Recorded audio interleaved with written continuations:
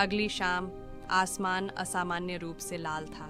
अरु, मीरा और कबीर उसी गार्डन में खड़े थे जहां सब शुरू हुआ था। अचानक जमीन कांपने लगी, काला निशान फिर चमक उठा और इस बार दरार पहले से कहीं बड़ी खुल गई। अंधेरे के अंदर से एक विशाल छाया धीरे धीरे बाहर आने लगी। उसकी आंखें अंगारों जैसी जल रही थीं और उसकी आवाज़ पूरे आसमान में गूंज उठी।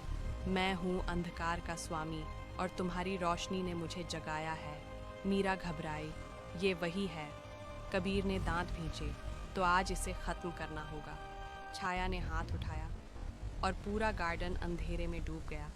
पेड़ सूखने लगे, हवा भारी हो गई, ज़मीन की रोशनी बुझने लगी। अरु समझ गया, ये हमारी ताकत छीन रहा है। मीरा बोली, नहीं, ये डर से ताकत लेता है। कबीर चिल्लाया, तो डरना बंद करो। तीनों ने एक दूसरे का हाथ पकड़ा।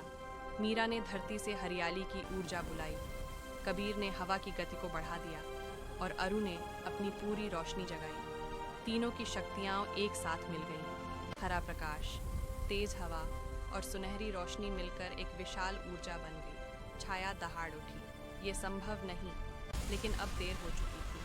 तीनों ने मिलकर उस ऊर्जा को छाया पर छोड़ा। एक विशाल चमक हुई, जैसे सूरज धरती पर उतर आया हो, और अगले ही पल छाया धीरे धीरे टूटने लगी, धुएं में बदल गई और पूरी तरह गायब हो गई। गार्डन में फिर रोशनी लौट आई, पेड़ फिर हरे हो गए, हवा हल्की हो गई। तीनों दोस्त थक कर घास पर बैठ गए। कबीर मुस्कुराया, तो हमने दुनिया बचा ली। मीरा हंसी, कम से कम अपना गार्डन तो बचा लिया। अरु आसमान की तरफ देखने लगा। अब आसमान साफ था, लेकिन उसकी आंखों में एक नई चमक थी।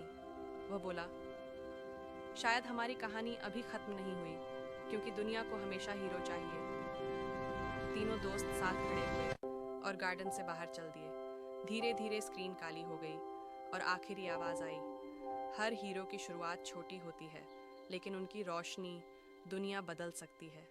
समाप्त।